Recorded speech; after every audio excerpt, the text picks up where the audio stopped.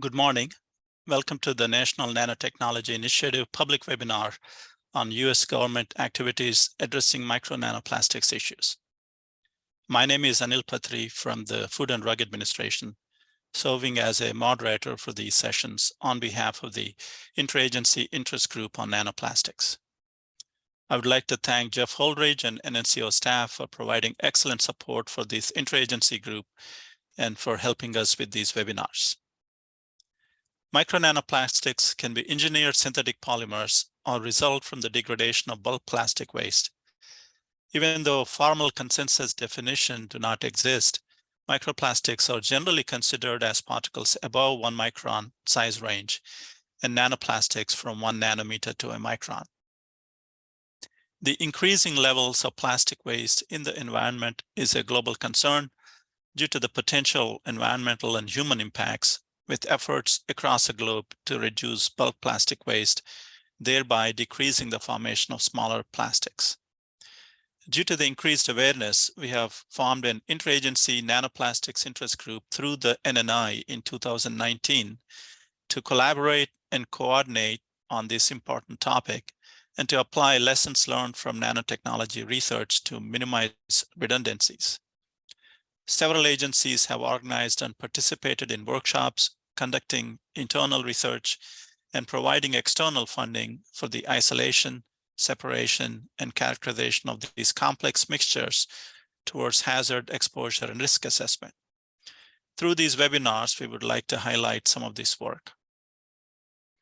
We are hosting 2 sessions on this topic. The first one today is from research agencies, and the second one is scheduled on June 6th from 1 to 2:30 p.m. Eastern Standard Time from regulatory agencies and collaborations.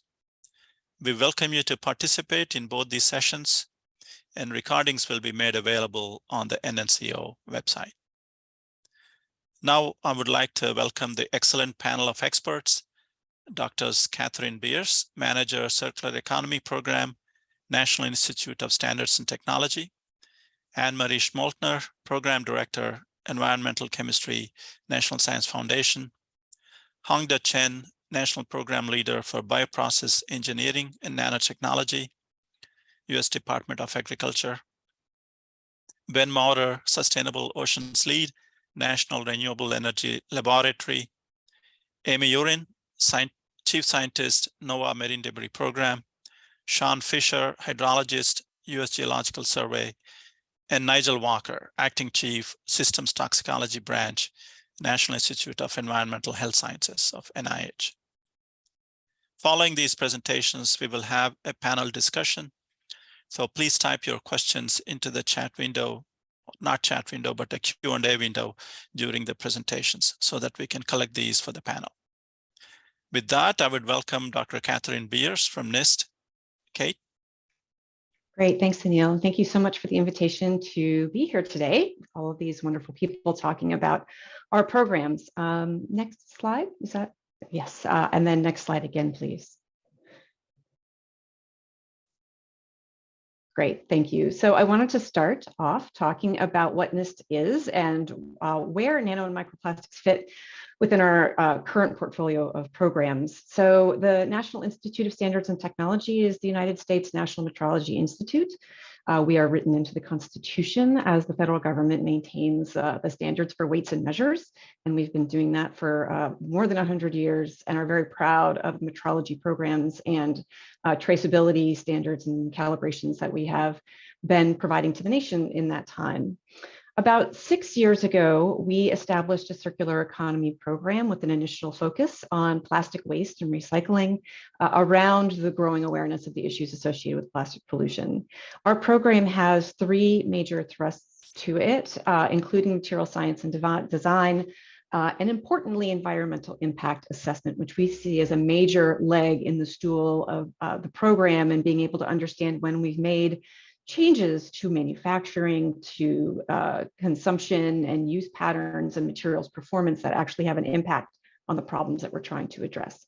So for us, it's about keeping atoms and molecules inside the economy, producing value and out of the places we don't want them. Nothing is harder to track than these nano and microplastic particles that we know are being created either in the engineering process by design or through unintended consequences of the use of different types of products made from plastics. So next slide. I wanted to try to find a way to capture the breadth of work that NIST is doing in the space of micro and nanoplastics. I think it can fall into three very broad categories, one being sort of real world environmental samples, one being the generation of laboratory models and methods inside a sort of established protocols, and then one also at the frontiers of physical measurement, developing capabilities that really don't exist and developing methods that really advance and elevate the quality of the measurements and the data that we're obtaining in this space. So this is a busy slide, and I just want to draw on a couple of examples as we move from left to right across these three major cross-cutting sort of NIST services and products and outcomes that we try to target in our research programs.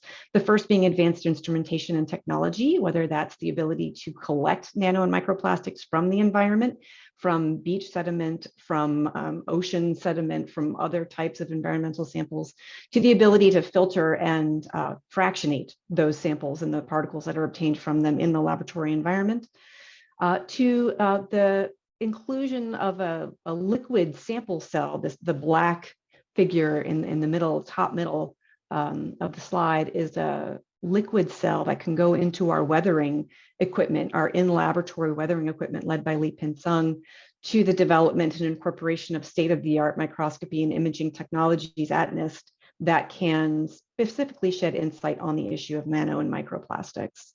And then we produce best practices. We develop new methods. We try to improve on existing methods. We've developed, with Elijah Peterson's leadership, an in situ model, a laboratory grade model for the intestinal tract to be able to model particulate migration across the intestinal tract wall, or trying to elevate the quality of nanoparticulate detection in liquid. So the graph in the middle of the slide is showing paper cups lined with plastic and the release of plastic as a function of temperature. The really important thing about this is that the method is reproducible, that there's error bars, and we have very carefully considered how the measurement is done and how the error is analyzed to have high confidence in the quality of our measurements. And then finally, of course, that all important work working with reference materials and standards, whether it's collecting an environmental specimen from the Midway Atoll in the Pacific to convert into a reference material, to the production of very high precision micro and nano arrays to be used for calibrations of those imaging tools at the length scales necessary to understand nano and micro scale measurements, and to be able to model dynamics, which are really important for those samples. And then, of course, working with all of our international partners in the area of standards and method development. Next slide, please. So there's a few more examples here to emphasize some of this work. I tried to put names down as well as some text. I know that this webinar is being recorded and we are very short on time, so I can't talk about everything that we're doing in this space. But we are producing what's called research grade test materials, that is cryo grinding of commercial plastic samples that we will then sieve and make available to the community for testing purposes. We have a collaboration with the state of Hawaii that has a test road that they have paved that has incorporated recovered plastics, and we're monitoring water runoff for the presence of nano and microplastics, all the way to the creation of a suite of very sophisticated microscopies that incorporates optical photothermal IR, quantum cascade laser IR, and our world-class leading broadband CARS microscopy tools to really understand the chemistry, the dynamics, the molecular structure, and the properties of nano and microscale particles, to building a new laboratory for nanoplastics in liquid media, specifically based on the exploratory work I just showed you on the previous slide with paper cups. Next slide. So I wanted to dig deeper in just the two examples of where NIST's skills in metrology can really have an impact. The first is in the use of machine learning and artificial intelligence to elevate the quality of very fast and inexpensive techniques. So what you find people using in the environment, in the field, in many industries, is our measurement techniques that sometimes are really not very accurate, but they are inexpensive and they are fast. And that is critically important to what the work that everyone is trying to do. What NIST is trying to do is use our very sophisticated, sometimes very slow, but very accurate measurement infrastructure to improve the quality of those very cheap, very fast measurements. In this case, near infrared, which when it comes to differentiating the polyolefins from one another is not super fantastic, but we are doing a lot of data collection to try to train near IR to be better at differentiating polyethylene, polypropylene, and the broad spectrum of molecules and materials that we make and sell every day that are between those two sort of extreme polymer molecular models, if you will. And then the other that I wanted to use as an example is our attempts to help remind the community of how to do really the best possible measurements. So I would encourage you to look for this letter to the editor that's in press in ACS Nano right now from Andrew Madison, Adam Pintar, and Sam Davis on the consequences of not being particularly careful about your error analysis when it comes to nanoscale measurements and the extremely large biases that can be introduced when we don't have a deep awareness of how our instrumentation, our methods, and our samples can contribute to our evaluation of, in this particular case, the size of a nanoparticle based, in this case, on fluorescence measurements. And so we're trying to provide more sophisticated data, to more quantitative data, and better measurements at the nano and micro scale to help understand exactly what the real impacts and dynamics of these molecules are, where they are consistently and with high quantity and precision. Next slide. So I wanted to also touch on a few examples of related work and partnerships that we have with both other parts of the federal government. I already mentioned our partnership with Hawaii. We also have other partnerships with local and regional governments. First, I wanted to talk a little bit about life cycle assessment. So we are collaborating with the Department of Energy on life cycle assessment, in this case, intercomparison studies, and trying to understand where there's gaps and opportunities to improve LCA. This is important related work because right now, most LCA tools do not incorporate the relative contributions of nano and microplastics to those models, nor do they incorporate additives and small molecule formulation in their models. And so it's really important, if we're going to be using these kinds of assessment tools, that in the future they incorporate our understanding of the impacts of nano and microplastics. On the far right, I wanted to talk about our mass spectral database. I mentioned additives, I mentioned formulation. That is a big challenge, especially when it comes to the dynamics of plastic and plastic waste in the environment, and especially when it comes to micro and nanoplastics with the dramatically increased surface area available for dynamic interaction with the environment. So we're really excited that 2 weeks from today, we will be releasing an update to our very heavily used mass spectrometry database. We do periodic updates to it, and NIST 23 update is going to include over 8,000 new entries specific to the plastic formulation inventory of small molecules that are commonly added.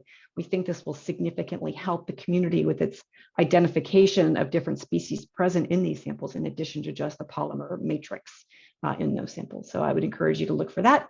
And we're doing new work in this case on mixtures, related mixtures, and also polymer chain fragmentation, which is not a terribly well understood phenomenon in a lot of the tools that are being used very broadly, like gas chromatography and mass spectrometry, to look at plastics and polymer formulated materials and products.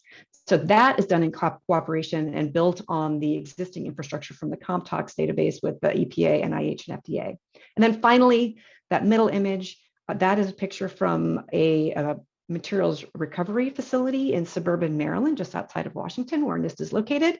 And this is a lovely collaboration with that MRF for us to develop measurements to detect the presence of airborne particulates in a MRF facility related to our understanding of discharge from the circular economy technologies that we think we will rely on very heavily. How accurately can we detect what is present in that atmosphere where those workers are working? And so we have a research project.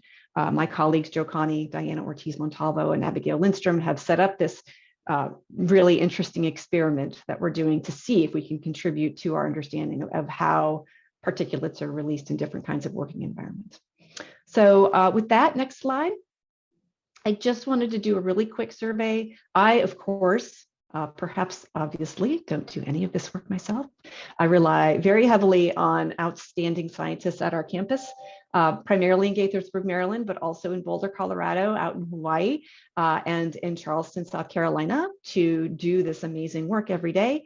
There's a lot of them. I tried to include their names on the slides where relevant. You are welcome to contact me at the email address below if you'd like me to help connect you with the right people. And I'd encourage you to check out our program for sort of the bigger picture role that we're trying to play here. So with that, I would like to pass the baton on to my colleague at NSF, Anne-Marie.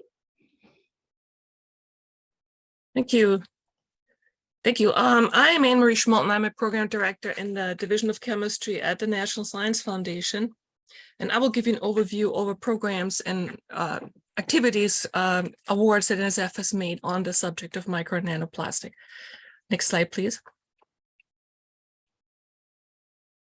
So NSF is an independent agency of the US federal government. Our budget in fiscal 2023 is almost $10 billion. NSF funds basic research and mostly at academic institutions. About a year ago, a new directorate was added at NSF called TIP, that stands for Technology, Innovation, and Partnership. And they aim to do more or support more use-inspired research and a translation of research results to the market and society. NSF supports research through disciplinary as well as interdisciplinary programs. We have centers, we have STEM education research, as well as special initiatives. For instance, the nanoscale science and engineering activity at NSF has been going since about 2000 and was supported through a variety of program announcements and activities. And Mike Rocco, who many of you know, has been coordinating these activities both at NSF and also nationally. And you know about the NSF Nano Initiative, which cross-government, and Anil talked about this earlier. Next slide, please. So nanoscience and engineering related research is funded, as I said, through various programs at NSF. Micro nanoplastic were not originally a major topic in nanoscience, since plastics is mostly inert and was not considered to be a major risk to human health, although maybe the jury on that one is still out. The big problem with plastic, of course, is the total volume, and there has been a lot of interest in this topic recently, as you know. So NSF responded with several large-scale efforts. The first one I would like to mention is the EFRI program, EFRI being Emerging Frontiers in Research and Innovations. And there was a topic called Engineering the Elimination of End-of-Life Plastic, or E3P, which was a 2-year program with 21 awards and a total budget of about $30 million. Then we have a program called Growing Convergence Research, and they funded this particular award on micro nanoplastic. I'm listing it here at the level of several $1 million. And it is a large interdisciplinary project that includes characterizing the micro nanoplastic in the aquatic environment, determining the transformations, consequences of exposure, toxicity. It also includes modeling and brings in various stakeholders. And then in 2020, we issued a Dear Colleague letter, DCL, called Critical Aspects of Sustainability, Micro and Nanoplastics. Next slide, please. Next slide, please. Thank you. No, sorry. Previous. Thank you. Okay, so a DCL is not a program solicitation. It doesn't have a deadline or budget, etc., but it is meant to be an encouragement to the community to submit proposals on a particular topic to a variety of NSF programs. And since 2020, we have seen a huge increase in proposals to the NSF on the subject of micro and nanoplastics. Whether that is due to the DCL is not clear. NSF clearly responded to the research community and the society's needs for answers in this area, and the research community responded with lots of proposals. Many directorates, most directors at NSF and offices participate in this: math and physical sciences, engineering, geosciences, biological sciences, STEM education, and international science and engineering. And for the rest of my presentation, I will give you some examples of awards that have been made by NSF, mostly after 2020, but some earlier. And I want to emphasize that these examples, these are examples. This is not a comprehensive list. There's well over 100 awards at NSF that have some relevance to this topic. And there's also no special endorsement of the examples that I will mention. They're just meant to be illustrative. And I want to show you not only the breadth of the topics within the umbrella of this micronanoplastic, but also the range of programs at NSF that participate funding this kind of work. You might notice that some topics are not so well represented. For example, human health effects. NSF normally considers this to be the domain of the NIH. Another topic not systematically covered by NSF is measuring the abundance of plastics in the environment. And I grouped the awards according to topics, and you can see how different units of NSF contribute. Next slide, please. Thank you. So here are examples of recent awards. The first topic here is the formation sources, measurements, and measurement approaches. Some examples. The first one is from one of the engineering divisions and is on the topic of creation of microplastics through various processes. The second one is also from engineering and is about sources and involves citizen science. The third one is an SBIR award on developing a flow-through sensor for real-time microplastics measurements. Then the Division of Materials Research funded a project that uses nanoplastic nanoscopic imaging and simulation to map structure property relationships. Next slide, please. So the next topic here is studies of aging, adsorption, aggregation, and interaction with biological materials.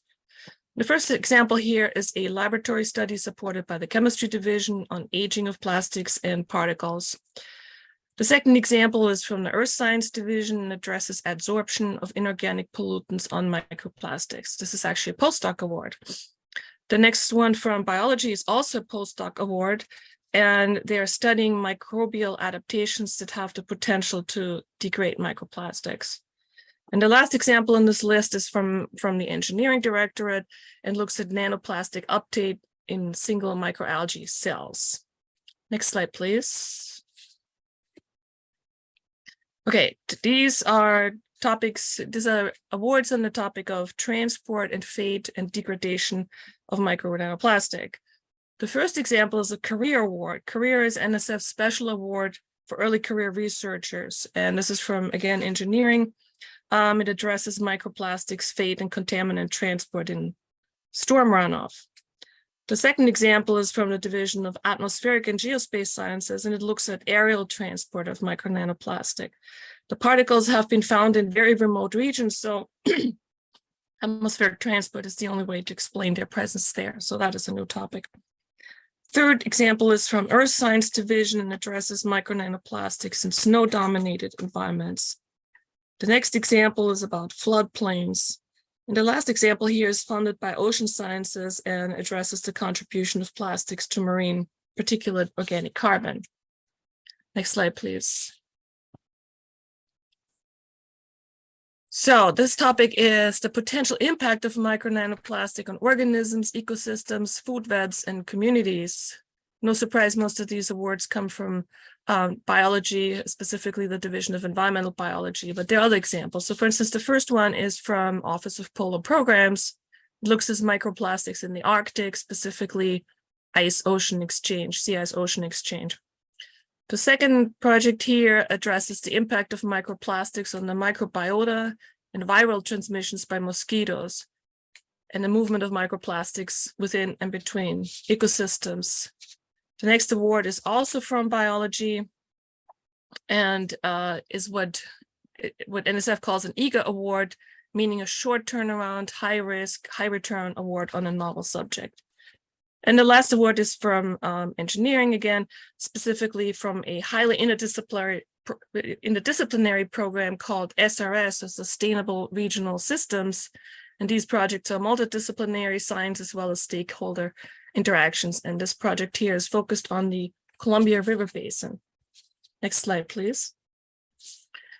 And then, of course, there's a lot of research at NSF that's focused on solutions to the micro nanoplastic problems, and they include reducing the likelihood of forming plastics, micro nanoplastics, by developing novel polymers, including biodegradable ones, and developing better recycle and reuse approaches. And for those that do reach our wastewater streams, there's removal and remediation approaches that can provide solutions. So the first award here is a Center for Chemical Innovation funded by the Chemistry Division, and it looks at developing polymers that are more environmentally friendly. The second award and the third award are funded by our TIP Directorate and are aimed at small or emerging businesses. Then the two engineering awards are geared towards developing removal approaches. And the last one is from the EFRI program that I mentioned earlier. Next slide, please. So lastly, I would like to mention some awards that address education and broadening participation. The CREST program is Centers for Research Excellence in Science and Technology, supports minority serving institutions. And then the HBCU RISE program supports research at historically Black colleges and universities.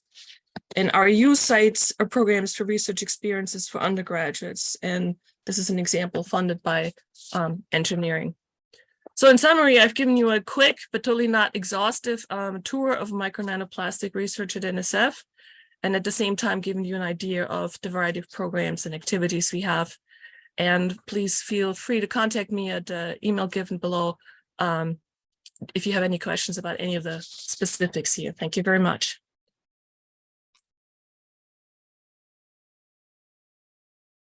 And yeah, thank you. Thank you, Anne-Marie. This is Hongda Chen from USDA National Institute of Food and Agriculture. My portion of the presentation is to give a quick overview about the research, education, and extension activities on micro and nanoplastics support by NIFA. Next slide, please.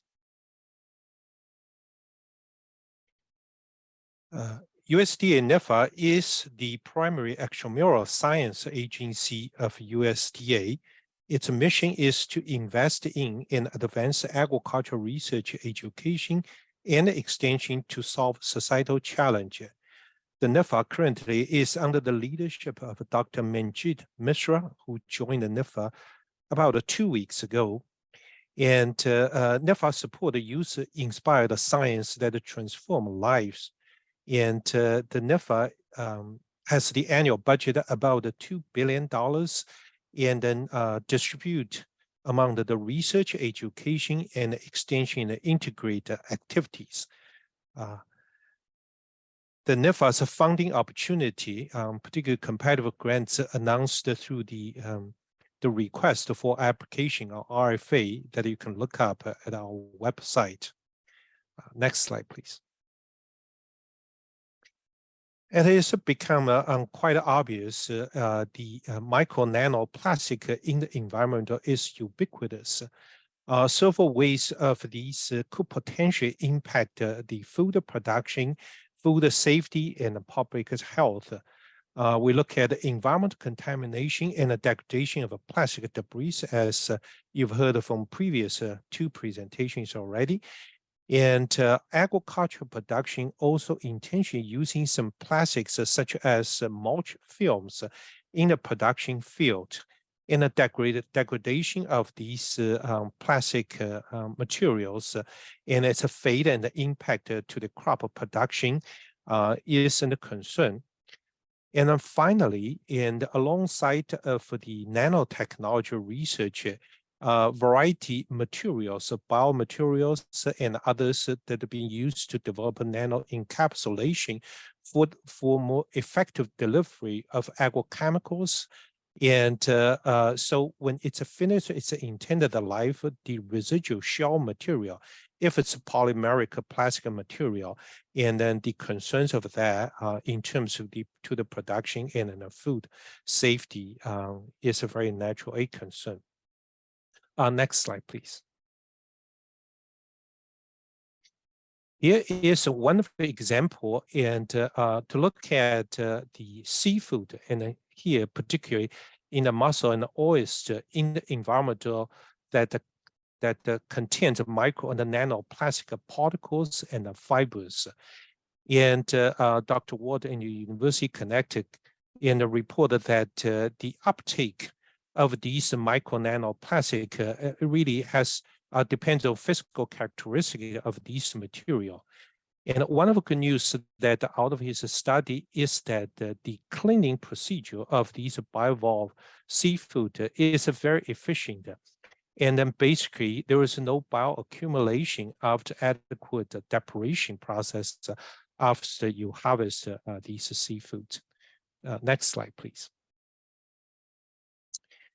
And then this is work led by Dr. Hans of University Tennessee in Knoxville, and to look at the degradation of the agricultural mulch films in the agricultural production lands. One of the significant contributions of Dr. Hansen's group is to create a standard method to produce repeatable produce samples of micro nanoplastics with the defined the characteristics.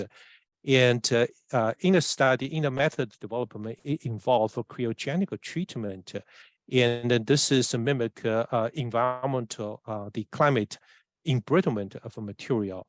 And there is a mechanical milling process mimicked to the agricultural machinery operation, as well as the soft grinding and the mimic interaction of a plastic with the soil and microorganisms in the environment.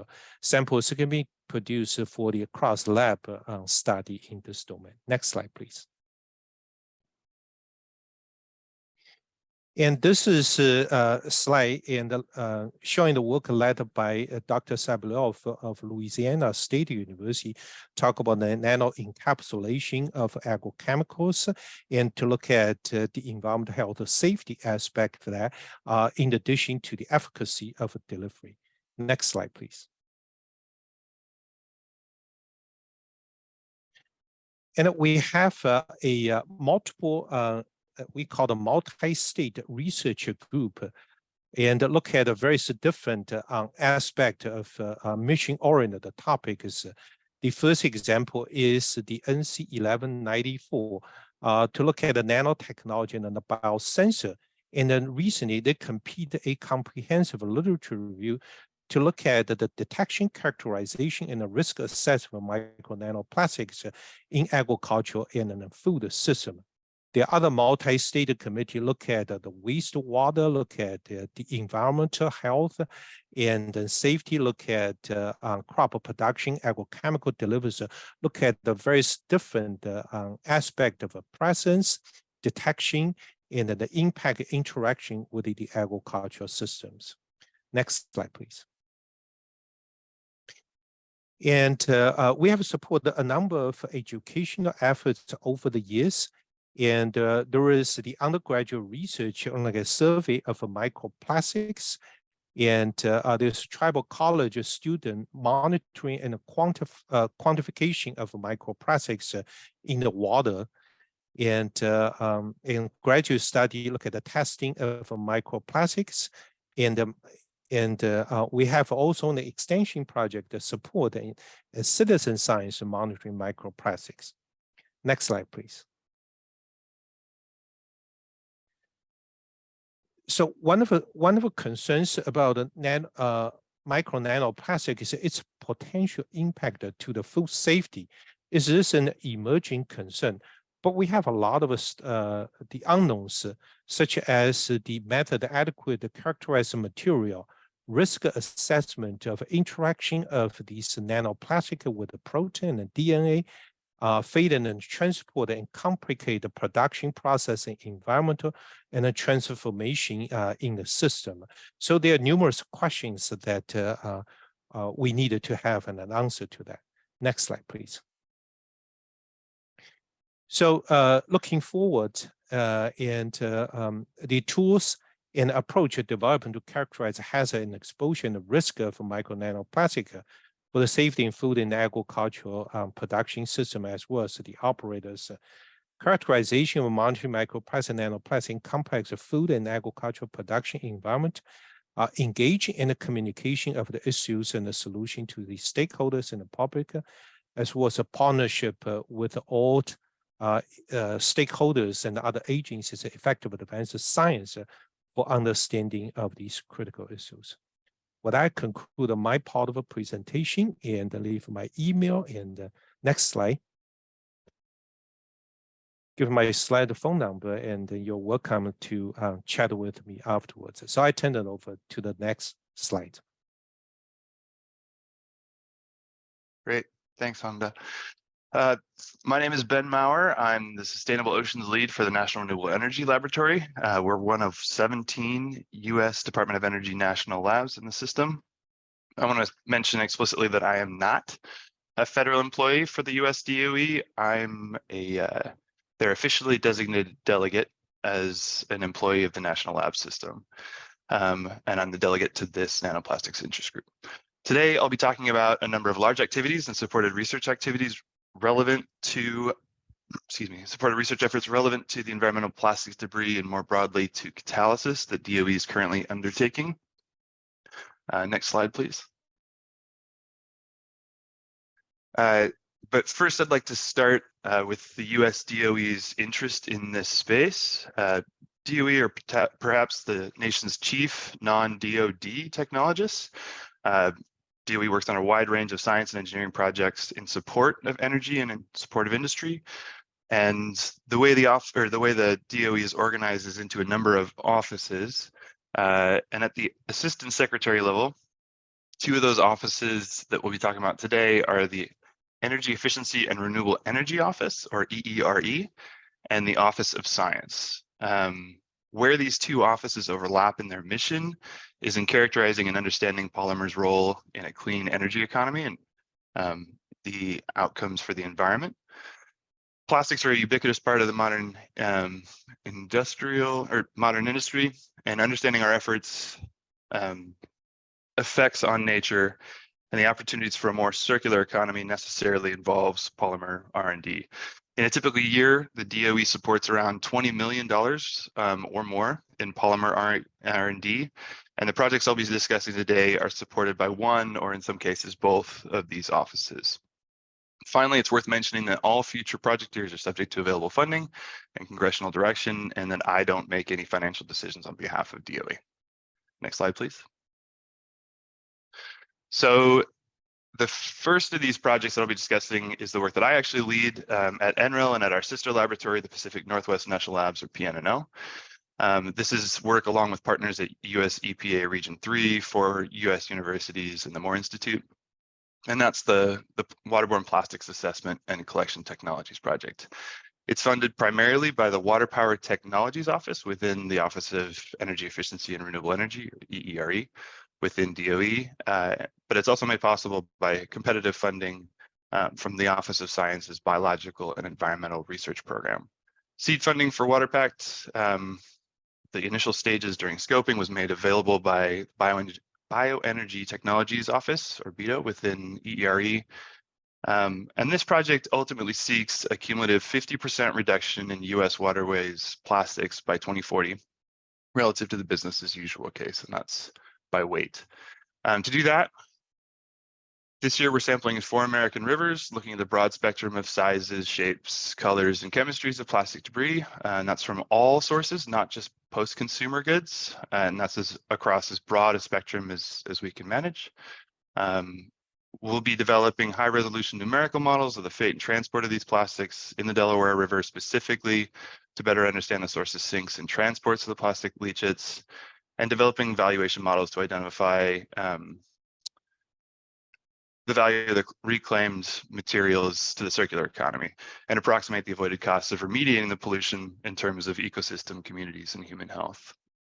With that foundational data in hand, describing how much of what plastics are where in the environment, we'll be able to better leverage the existing world-class capabilities of the National Laboratory System in pursuing technology research and developing and developing a R&D portfolio focused on sensing, collection, conversion, and redesign of these debris. And those latter two, the conversion and redesign, will be in partnership with some of these other projects that I'll be mentioning in a second.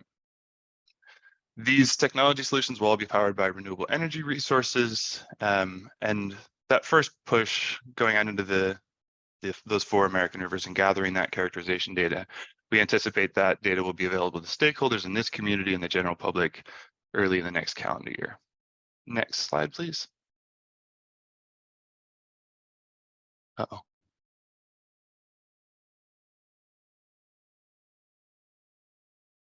Is anybody else getting that error for the presentation? Yeah, Ben, we see the error. Okay. So Jewel will reload the slides. Sure. Okay.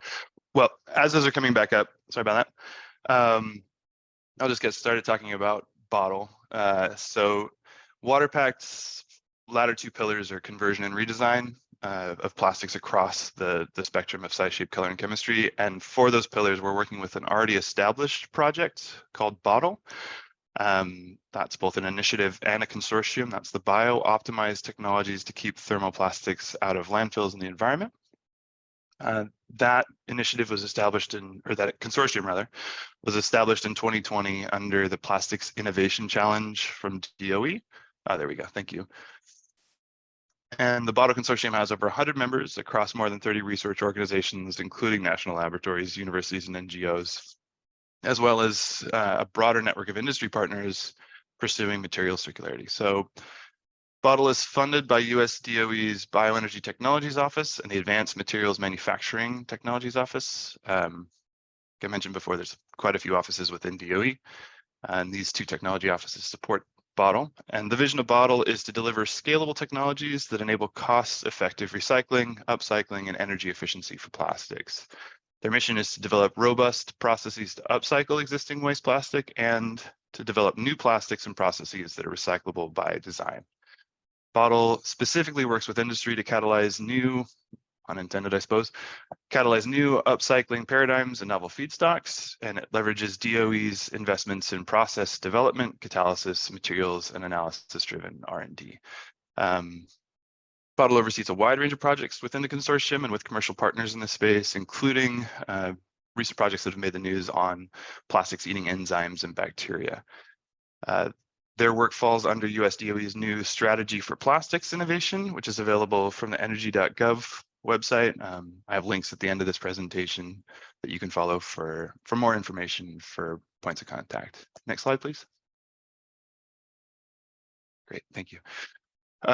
Lastly, the Center for Plastics Innovation is a US DOE Engineering Frontier Research Center, or EFRC. EFRCs are funded by the US DOE Office of Science Basic Energy Sciences Program, BES. Including CPI, there are approximately 51 active EFRCs currently across a wide range of subjects. To my knowledge, CPI is the only one working on polymer upcycling. CPI is housed at the University of Delaware and partners with Oak Ridge National Laboratory, University of Chicago, University of Massachusetts Amherst, and the University of Pennsylvania. And CPI is a part of the class of 2020 to 2024 of EFRCs and is focused on, as I mentioned, polymer upcycling.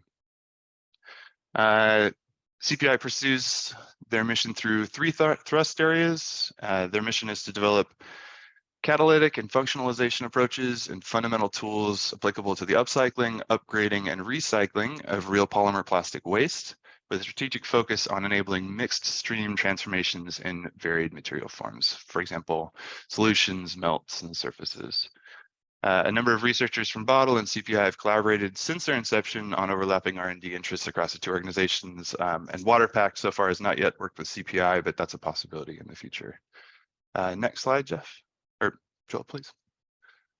So finally, there's a number of additional smaller projects across DOE that I'm not trying to summarize here. Primarily, those smaller projects are within the small business and innovation research or small business technology transfer level.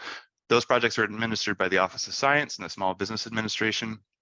And for more information, you can click on the links in this slide. These links should provide additional information on these projects, the project web pages, as well as points of contact. Alternatively, you can reach out directly to me and I can direct you to the proper point of contact. Hopefully this information was helpful. I'm going to join you in listening to the following speakers. Thanks so much for your attention, and over to Amy Urin from NOAA.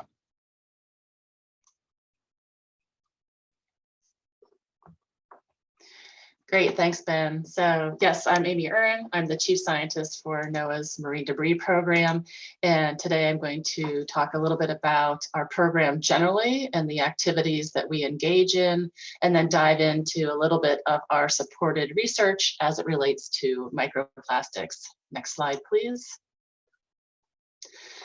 So there are 4 congressional acts that provide various authorities for our program. You can see them listed here.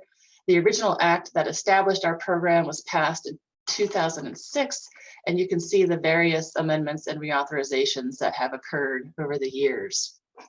More recently, in 2021, Congress awarded NOAA nearly $3 billion to take action on habitat restoration, coastal resilience, and weather forecasting infrastructure as part of the bipartisan infrastructure law.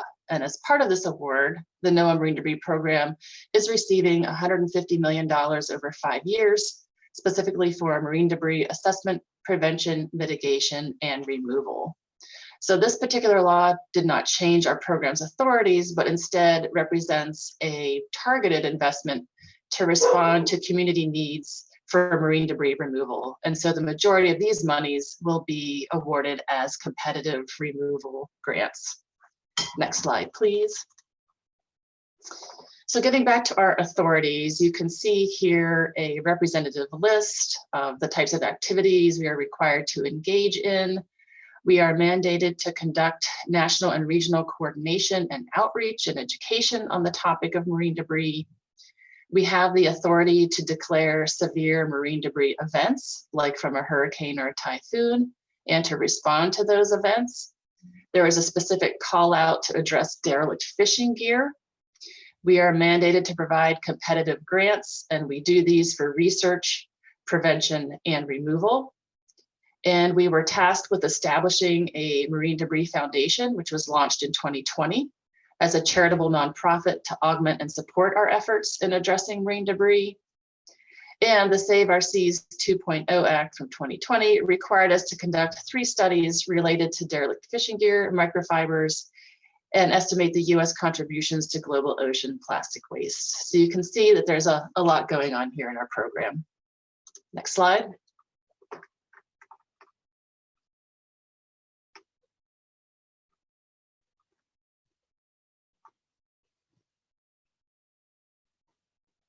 There we go.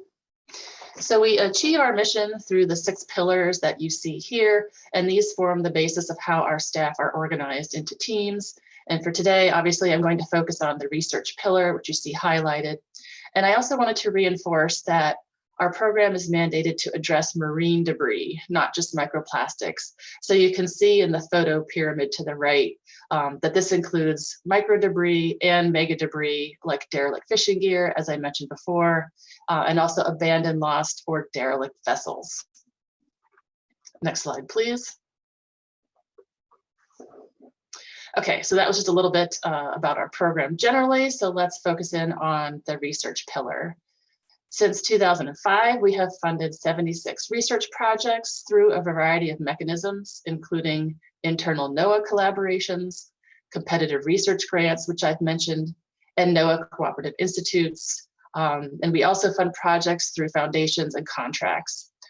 You will notice here at the bottom of the pie chart there's a wedge that's kind of highlighted called shoreline monitoring. So if we go to the next slide, I just briefly wanted to mention that our program oversees the Marine Debris Monitoring and Assessment Project.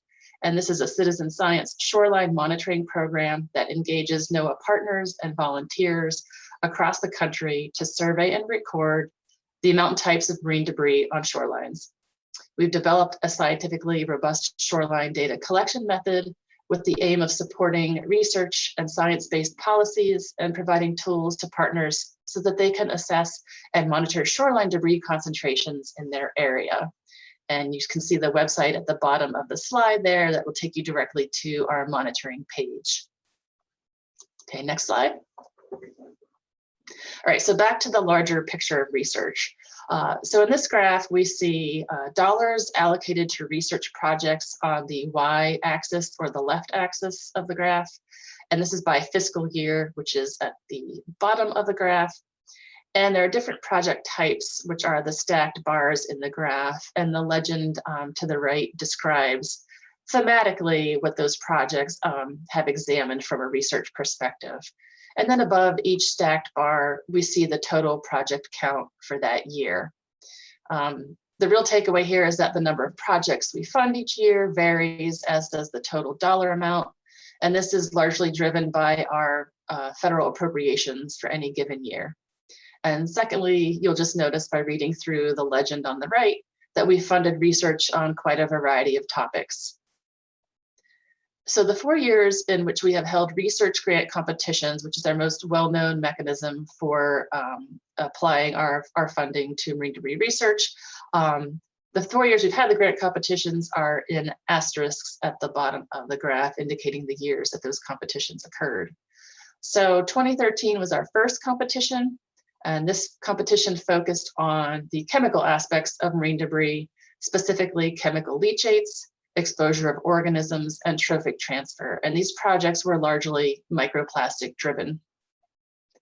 In 2017 and 2019, we emphasized risk assessments, specifically for commercial seafood species who might ingest microplastics.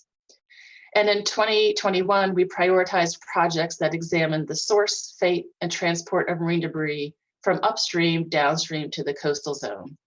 And these projects cover the spectrum of marine debris size classes, from macro debris on down to micro debris. So for the remainder of the time that I have left, I'm going to just call out a handful of representative projects from our last grant competitions to give you an idea more specifically of the types of work we're funding. Next slide, please. So this is a really interesting project. So research suggests that animals exposed to microplastics and microfibers may experience negative impacts to their immune system. This project at the Virginia Institute of Marine Science is examining the relationship between microplastic ingestion and susceptibility to viral infection in rainbow trout. So rainbow trout that are reared in aquaculture facilities are often prone to disease, especially in facilities where the fish are overcrowded. And so this project is taking kidney immune cells from rainbow trout and exposing them to 3 sizes of microplastics, specifically nylon and polystyrene. And the researchers will measure fish mortality in response to various microplastic concentrations and in microplastics combined with a common virus that's found in aquaculture raised populations. And this study will help us better understand the links between microplastics, fish health, and disease. Next slide. Okay, blue crab larvae. Blue crab larvae move in clusters in Delaware River and Delaware Bay during various life cycle stages. And those larvae clusters are often overlapping with microplastics in the river and in the bay. So this project at the University of Delaware is evaluating if microplastic exposure and ingestion by blue crab at various stages of their life cycle may have implications for stock populations. So first, they've created a model to predict larval and microplastic overlap in this estuary system to determine what life stages of crab are most exposed to microplastics. And then they're conducting lab experiments to measure survival and growth of the crab larvae at different developmental stages when exposed to different concentrations of microplastics. And then they will use this data collected from the field and in the lab to quantify the risk of microplastics exposure to crab larvae. Next slide. Researchers from San Diego State University are measuring and recording the movement of debris along the river margins of the San Diego River, with a particular focus on debris that comes from unhoused communities and illegal dumping, as you see in the left photo. The researchers are observing which debris items remain trapped in the river margin after storm events and which items are more likely to enter the river and potentially wash out into coastal waters.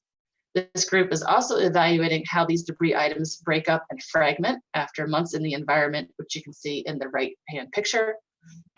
So currently, stormwater management regulations in California do not account for unhoused encampment debris in their measurement of total maximum daily loads for trash. And so this project will help support the inclusion of this type of debris into those debris estimates and limits for the state.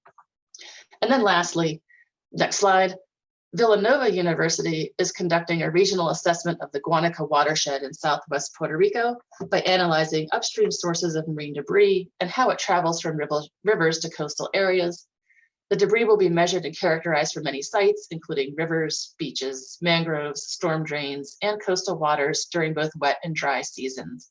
And the project will also evaluate how plastic and metal debris break down in various habitats along the way.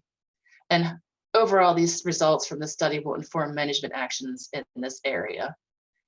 Next and last slide. So again, this just touched upon a few projects that we have funded in the areas of research. So if you go to the website listed on this slide, you can learn more about all the projects that we are currently funding. Thank you. And I will pass it on to Sean Fisher, who's at the U.S. Geological Survey.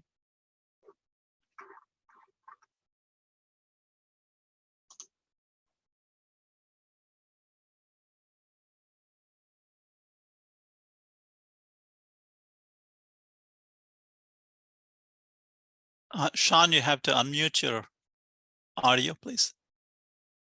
Yes, I do. All right. Thank you. Good morning. Today, I'll be sharing a brief overview of the role that the U.S. Geological Survey has in assessing and understanding microplastics in the environment. I'll provide some examples of recent studies by my colleagues throughout the country. Next slide, please. The USGS is one of 11 bureaus and offices under the Department of the Interior. Our core mission is to monitor, analyze, and predict current and evolving Earth system interactions and deliver actionable information at scales and timeframes relevant to decision makers. USGS is a non-regulatory agency, and we take pride in collecting scientific data and generating models that are unbiased, freely available for public use through a range of interactive web pages and mappers. To achieve our mission, USGS has over 8,300 employees in all 50 states and several US territories, and we conduct monitoring and research through our 5 mission areas, 60 science centers, and over 100 labs. Next slide, please.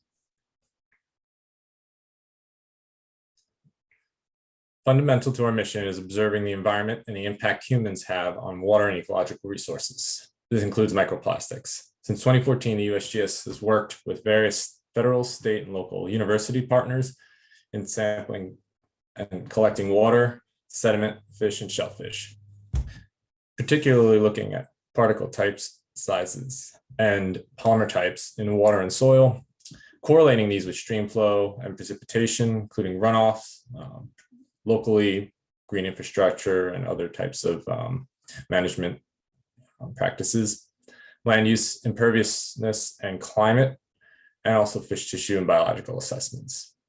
Next slide. In order to collect high quality and representative samples and data, standard procedures are developed in cooperation with other federal and academic partners working in the field of microplastics. At the USGS, and particularly in water resource mission area, stream gauging and water quality monitoring are a major part of what we do. Therefore, tying gauging and water quality data to presence, abundance, and transport of microplastics by leveraging our existing infrastructure and resources is a major objective among those of us studying microplastics in the environment. It is critical that while assessing microplastics in the environment, we achieve the level of quality that is expected of the USGS, which means we strive to minimize plastic equipment and limit cross-contamination in the sample collection, collect sufficient quality control samples, including blanks and replicates in the field, and share our procedures among the science centers and mission areas that we work with in order to maintain consistency and reproducibility. Next slide. Here are just a few examples of our current and past sampling techniques that have been adopted, developed, and or modified from previously developed and published methods. Net sampling by wading, bridge, or boat has been a traditional sample collection method, and you'll see in most of these pictures. However, recently, we've been working to modify a 2020 ASTM method to complement our traditional method for collecting cross-section stream samples that we use for water quality analysis. And you'll see that in the bottom right. We'll be continuing to improve upon this method by working with colleagues throughout the country and with other federal partners. Next slide.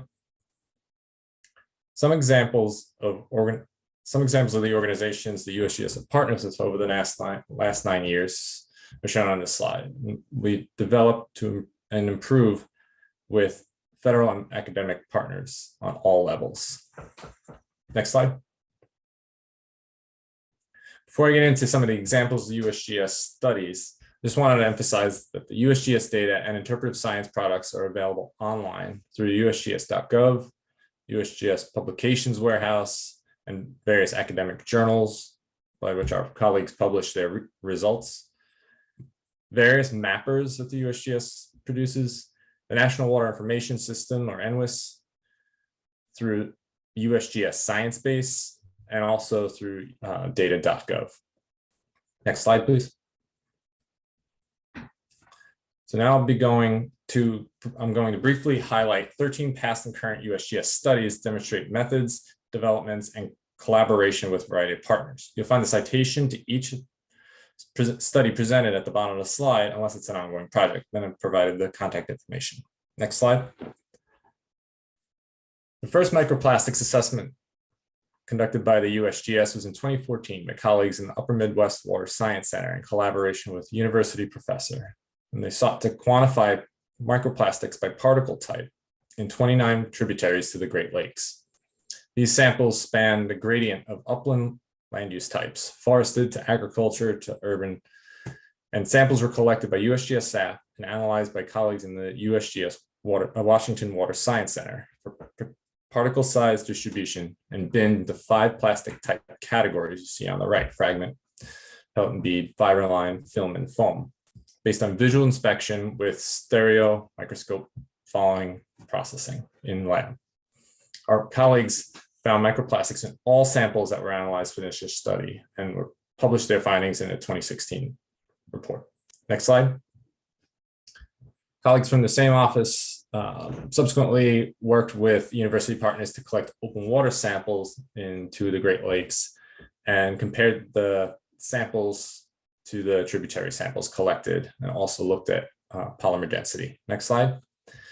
This was done using a novel approach by which they set nets at various depths throughout the water column, as well as at the surface, to capture more than what was just floating at the surface. Samples were collected from the bed sediment to determine the amount of microplastics settling to the lake bed as well. And results were published in a series of journal articles and present the distribution of particles in the same 5 categories from the previous slide. Next slide. An ongoing study with several partners in Minnesota expands the geographical footprint across an entire state to assess microplastics in 18 lakes and 22 rivers. The sample collection is underway and will be ongoing throughout the summer. Next slide. From greater spatial distribution to higher frequency, we work with state partners to collect bi-weekly samples along a small tributary to the Mohawk River in New York State, and this to assess a seasonal and temporal variability in microplastics concentration. This frequency of sample collection is useful for understanding loading of microplastics when tied to stream gauge and water quality data such as turbidity. Samples were analyzed in the Troy, New York lab, with similar methods as our 2014 studies. Next slide. Comparing microplastics occurrence and distribution in waters and sediments is another important step towards understanding fate and transport in complex waterways, particularly those that receive contributions from wastewater treatment plants, such as in Lake Mead, Nevada. Lake Mead, Nevada is the confluence of 3 waterways. Water, sediment, and fish samples were collected and analyzed to get a sense of how microplastics are distributed and being taken up by fish or deposited in areas throughout the lake with varying hydrodynamics. Next. Similarly, an ongoing study in Texas is evaluating waters in Galveston Bay for microplastics from a variety of local waterways leading to the bay. Partners in the study are interested in filling gaps in available data for the area and understanding sources of the bay that are through routine sample collection. Next. A study in Minnesota is focusing on collecting high volume samples from small urban streams in Milwaukee to determine local sources of microplastics, such as residential, commercial, and industrial in the area. In addition to the sample and water and sediment samples, the USGS will also be collecting samples of atmospheric deposition, particulates that fall from the deposit from the sky onto a sampler under dry and wet conditions. Sampling began last year and will continue through this year. Next slide. More on source assessment throughout the state of Iowa, where colleagues are sampling for microplastics over a range of sources and land uses. Sampling is ongoing and will assess both concentrations and particle type of microplastics in water, sediment, and fish tissue, as well as a range of contaminants of emerging concern that have been evaluated throughout the country as a way to understand impact of human activity in the environment. Next. These studies and others highlight the USGS coordination involving work closely with partners. Similarly, a collaboration with in Puget Sound with the state of Washington highlights USGS participation with, in this case, the Stormwater Action Management Program to provide sample processing quality needed for state and local regulators. Next.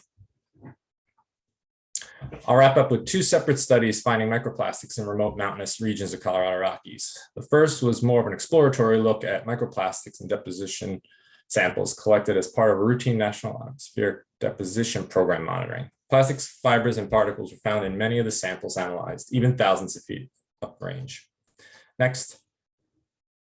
Similarly, snow collected on the mountain range and analyzed for microplastics found that dust and microplastics co-occur and deposit as winds push urban contaminants up into the mountains. Next slide. Thank you for your time and interest. Feel free to reach out to me or my colleagues with any questions or search online for the USGS microplastics for more information. I'll pass the baton over to Nigel Walker with NIHS. Thanks, Sean. Good morning, everybody. My name's Nigel Walker. I'm with the National Institute of Environmental Health Sciences, and I'll be giving you a short overview on some of the activities that NIHS is involved with. Next slide, please. So the NIHS, we are a non-regulatory institute. We are part of the National Institutes of Health with the one institute that is actually not located in the DC area. We're actually based down in North Carolina, and our mission is to discover how the environment affects people in order to promote healthier lives. Next slide, please. So in terms of the kinds of work that the NIHS is involved with, there's two different types. One is the work that is funded by NIHS and work that is conducted by NIHS. Under the funded by, that is work that is organized and monitored by the Division of Extramural Research and Training. That includes extramural grant programs that support research and training in environmental health. It is also where the Superfund research program is, as well as the worker education training program. At NIHS, in terms of intramural research, there is both the Division of Intramural Research that does investigator-initiated house research. There's a clinical research unit, and the Division of Translational Toxicology, which is where I'm based, where we do programmatic team science-based research using primarily external R&D contracts. And it's also the headquarters for the National Toxicology Program, that is a interagency program comprised of relevant activities of the NIHS, the FDA, and as well as the NIOSH from the CDC. Next slide, please. So the key thing that is probably the most relevant to today is the current microplastics and nanoplastics grant funding and the notice of special interest. There is no actually ongoing microplastic or nanoplastic grants at the moment, but this NOCI is a way of bringing together information about relevant program announcements, and this is coordinated by Ravi Chandran in the extramural program. And if you have any questions about this, then be sure to contact Ravi. For specific details, get your phones out, take a picture of the QR code, or follow the web address at the bottom of this. And this NOCI is really about understanding exposure and health effects of microplastics and nanoplastics to support research to gain a comprehensive understanding of the physical chemical characteristics, exposure, and health effects. These are going to be exploratory or other research, our classic R01 research grants submitted up and through 2027. Next slide, please. Particularly under this NOC, there's two different areas. The first area is exposure assessments. So this is the development of screening methods to rapidly detect and quantify microplastics, the development of analytical methods, standardization of approaches for sample collection, development of application of reference standards and or sensors. And it's really, the whole point here is to really, encourage the proposal of studies that with defined physical and chemical properties that allow that evaluation of the physical properties that relate to the different features of a material. Next slide, please. In terms of health effects, the special areas of interest that are being entertained under this NOC are the application of in vitro and air-liquid interface models, microphysiological systems, the evaluation of acute or subchronic toxicity or risk assessments of well-characterized microplastics or nanoplastics, and that's really to understand potential adverse effects that may be relevant to humans. Also, utilization of alternate model systems like zebrafish or C. elegans, and the characterization of distribution, bioaccumulation, absorption, transformation that can actually help understand the potential hazards posed by micro and nanoplastics. Again, this should be focused around microplastics or nanoplastics with defined physical chemical properties, with special emphasis on the characterization of those materials in the studies. Next slide, please. And this current NOC on micro and nanoplastics builds on a history of past extramural programs that the NIHS has supported on nanomaterial safety, primarily geared around engineered nanomaterials since 2009. There were two different major consortia. These have looked at linking the physical and chemical properties of engineered nanomaterials to biological responses, and this kind of information will help understand how it's relevant towards micro and nanoplastics. In addition, there have been programs on SBIR and STTR grants to help small businesses develop commercially viable products. And again, this is a history of past experience that could be applied to future approaches and funding opportunities. Next slide, please. In the division of the translational toxicology, there's no existing specific research on micro or nanoplastics.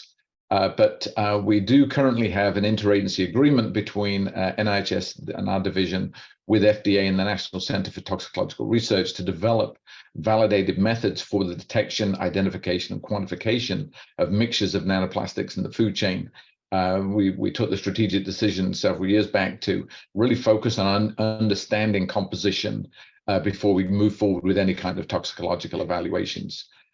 In terms of the National Toxicology Program, there are no current activities on specific micro or nanoplastics, but we do have a history of having looked at polymer precursors, synergists, plasticizers, additives that can all be rolled up into risk assessments of mixtures using defined approaches when there's good characterization material that would enable a risk assessment of a mixture of micro and nanoplastics. And all that data is available in our NIHS SEBS database. Next slide, please. I think that is the end of it. So I'm going to pass it back to Anil to round us out. Opportunity for questions. Yeah, thank you, Nigel. And I would like to thank all the panel members today to keep us on time. We actually ended 2 minutes before the scheduled time. So we have done an excellent job with time. So before we go into the panel discussion, I would like to announce through the NNI, there are two webinars. The one I mentioned about is on June 6th, which is on micro nanoplastics, on the regulatory issues and the collaborations, global collaborations on this topic. So we would like to welcome you all to that webinar as well and actively participate. So there is a link at the bottom, so please register if you haven't already done so. Next slide, please. And then the next one is the NNI is the National Nanotechnology Initiative.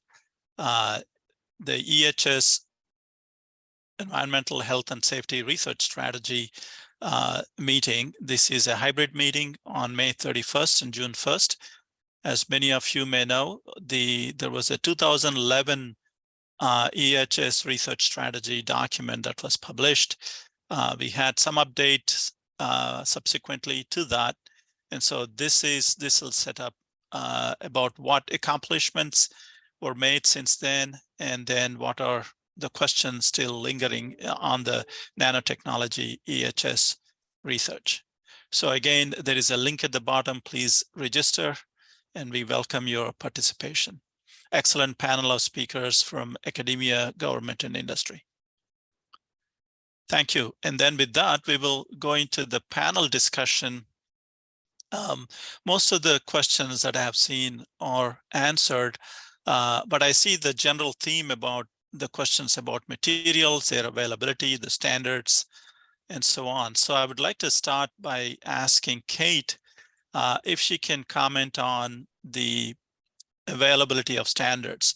In other words, much of the literature, the published literature, is based on polystyrene, either micron size or nanometer size polystyrene, because they are commercially available. But the questions from the research agencies and for regulators and people in general are on the real world material and mixtures. And there were questions about how they are different from the, as synthesized material, bulk material, and if there are any efforts at NIST on developing such a material, either a test material, reference material. What efforts do you have at NIST on that topic? Thank you, Kate. Yeah, thanks, Anil. It's a great question. And yes, you're right. Most of the available materials are polystyrene, and they are spherical because the fabrication, the latex chemistry is very well established to make them in various sizes with very precise control. But that is not necessarily what people are finding in the environment. So there is a need for a much more complex array of samples in different size ranges, different polymer types, and different geometries of material.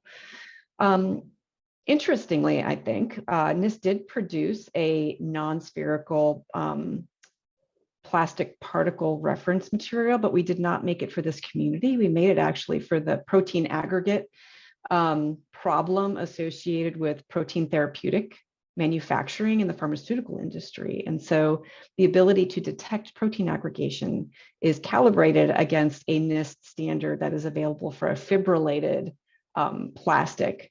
I'm going to forget exactly. It's not a conventional material. I don't remember if it's an acrylate or a methacrylate or a Teflon, but we did a lot of work trying to understand which plastics and how to sieve them once they were abraded to produce these kind of fibrillated structures. But it takes a long time to make a standard reference material. The requirements for the degree of characterization necessary, the traceability to the SI, this is a very tough bar to pass to produce something that's called a NIST SRM. And we discovered that this was a huge barrier during the pandemic. And we have developed a new grade of material that was developed at this time specifically to address the need for a SARS-CoV reference material. So we produced something called a research grade test material. This is something that doesn't have quite as much rigor in its characterization, quite as complex a set of characteristics, but it's something we can get out into the community quickly. And we're interested in using that in a variety of other problem spaces, including the nano and microplastic space. So we're working on that right now. The challenge is when you ask people what samples they need, they say we need, 10 different polymers and 6 different size ranges and 5 different molecular weights for each. And it's very difficult to figure out where to start with that. And so we're very happy that our Hawaii team in collaboration with Charleston has started with this cryo grinding of commercial samples. So they're cryo grinding jugs, cups, and plastic utensils and sieving those to produce research grade test material to get us started. And then we're hoping we can move on to more sophisticated samples, but it's still not fast.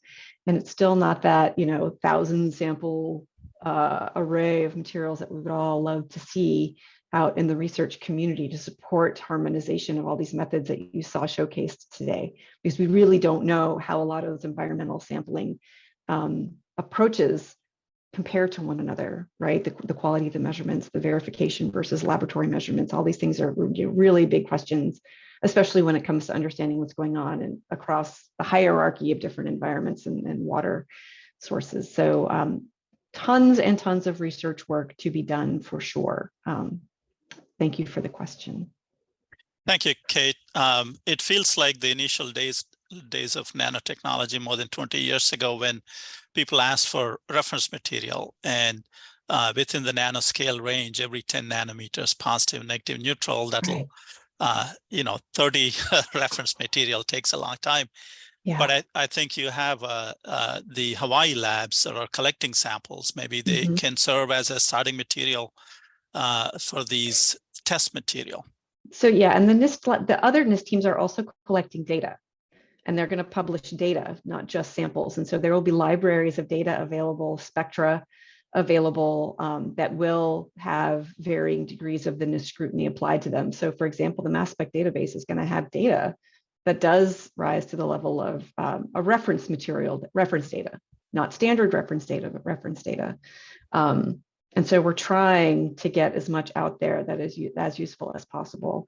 Also, the NIST library of polyolefin data will be coming out soon too.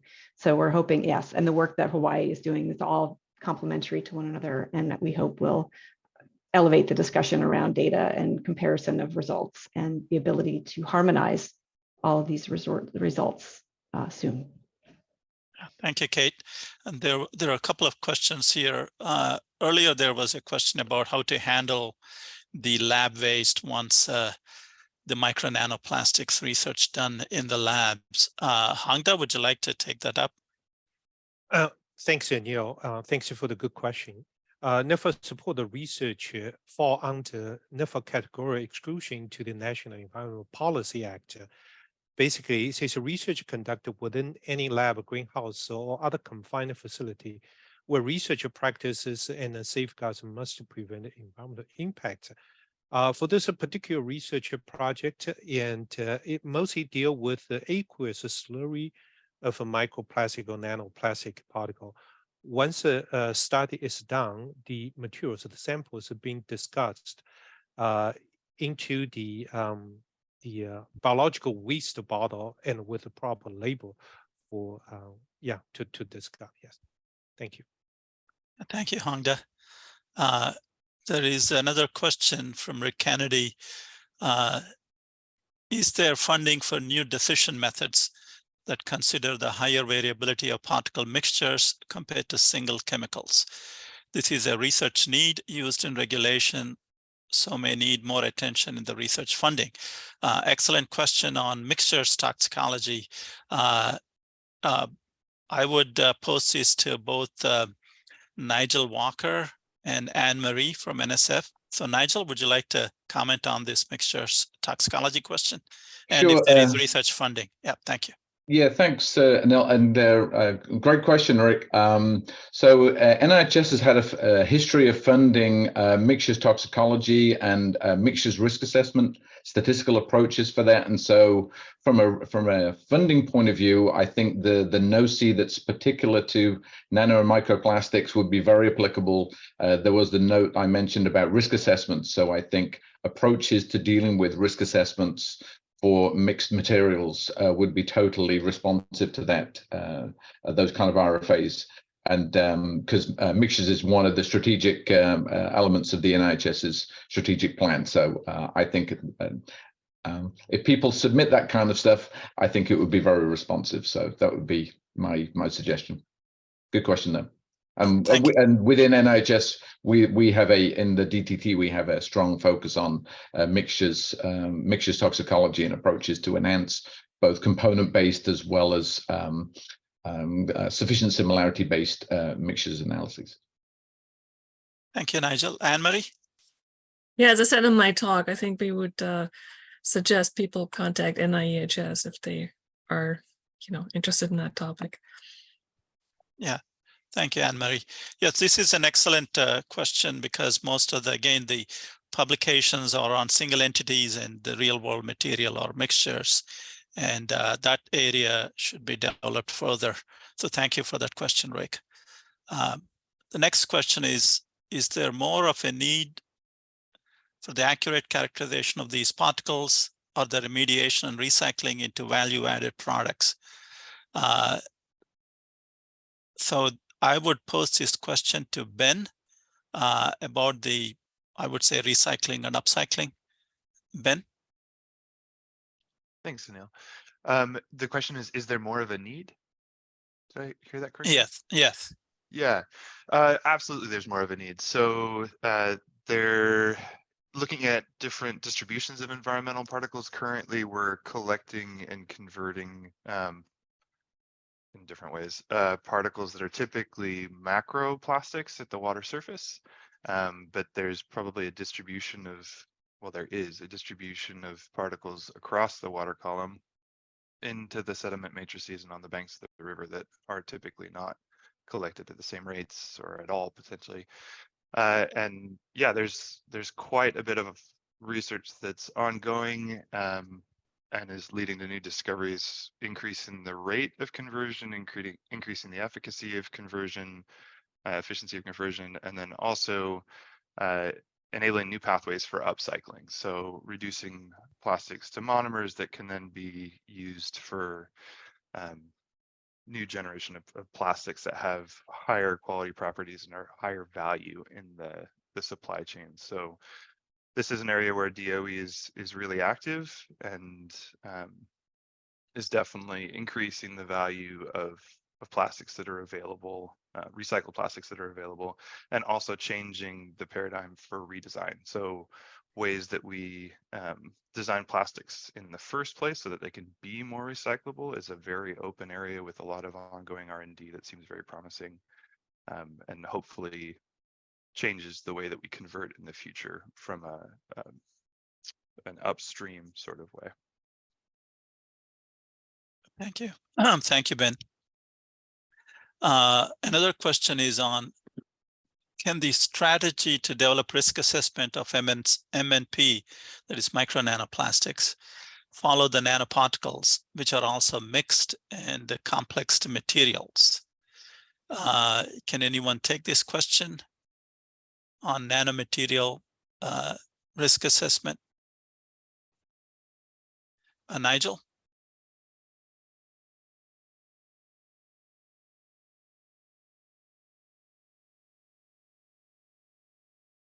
Yeah, I'm pondering on that one.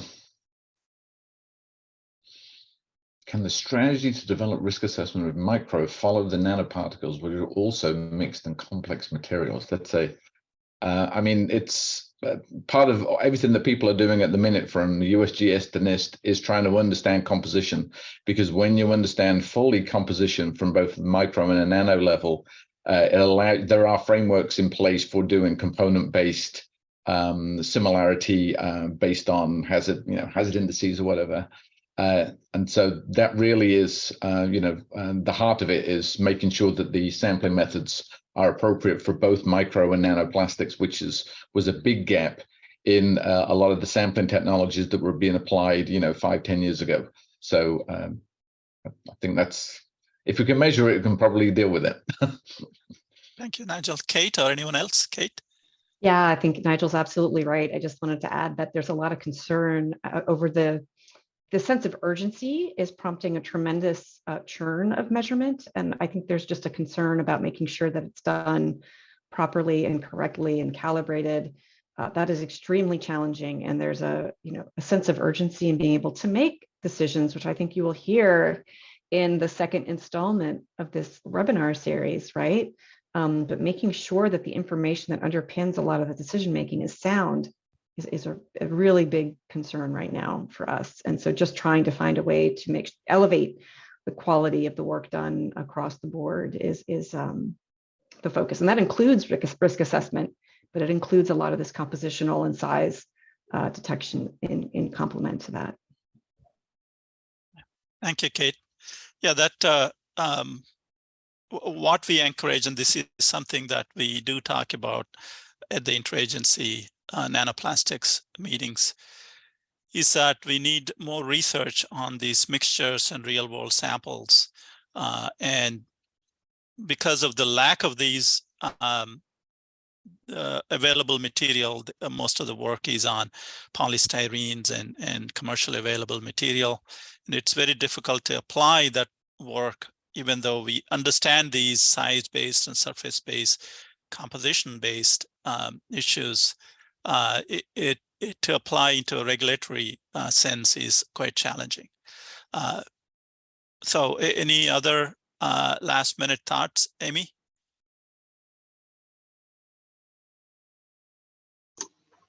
No, sorry, I hit the video button by accident. Okay, no worries.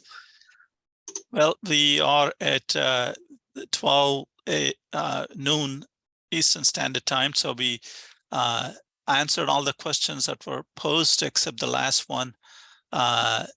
Same question as Steve Africa, excellent ask. I'll second the slide. So the slide decks will be made available. The audio recording, video recording will be made available at the NNCO website or the NNI website, Stan. So thank you. Again, that concludes this webinar. Again, thank you very much for all of you for joining this webinar, and for the speakers and the panel members for presenting the work at their agencies. Thank you.